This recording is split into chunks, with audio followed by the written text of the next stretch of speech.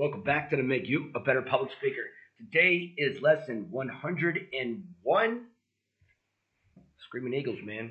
For you that want to know a little bit more about me, just look up 101st Screaming Eagles, and that'll give you a little insight to who I am. But today we're talking about Hyperbaton. You gotta love the Greeks. Essentially, Hyperbaton is a Greek word that simply means inverted. So a lot of words are just rearranged for effects. This is going to be a pretty cool thing because we do it and we've heard Hyperbaton a lot.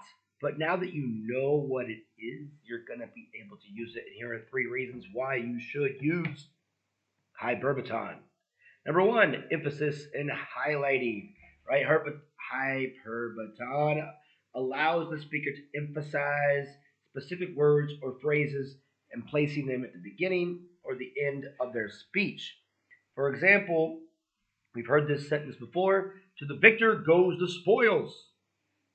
It wants to emphasize the person, the victor. But the typical word order will be the spoils go to the victor, right? And again, in typical English language, right? What is the noun receiving, the person that we're talking about, right? They're getting something, who's getting something. But in this case, the victor goes the spoils. So it emphasizes us, right? You, the winner. Okay. Number 2, rhythm and poetry, right? A lot of times when you want to add a little flow or something that's going to help it sound a little bit more musical, or have a good flow within your cadence or your speech. For example, Martin Luther King Jr.'s "I Have a Dream" speech, he does this quite a bit. With this faith, we will be able to hew out the mountains of despair, a stone of hope.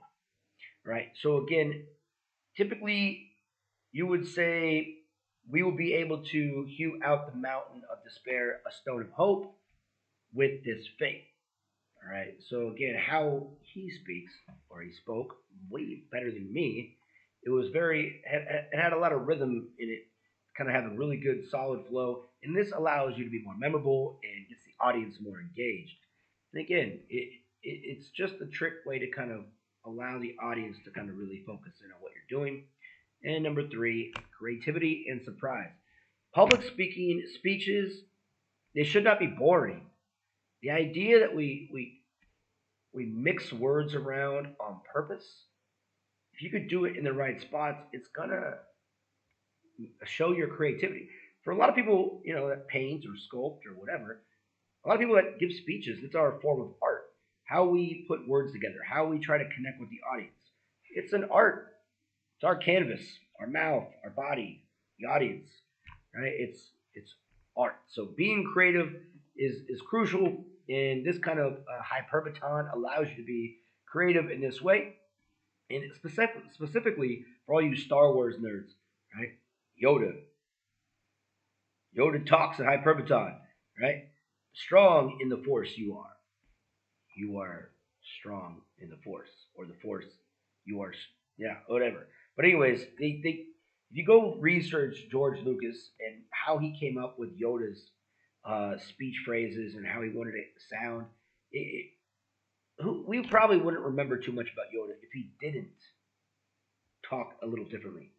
Again, it allowed George Lucas to kind of show some creativity and make Yoda's character even more important and sound intelligent by messing up the English language a little bit on purpose. So there you have it. Hyperbaton, emphasis in highlighting certain points, rhythmic and poetic effect. Sorry, man. 101st. It's a tough one today. And 3, creativity and surprise. So go out there, knowingly use some Hyperbaton, and become a better public speaker. See you next time.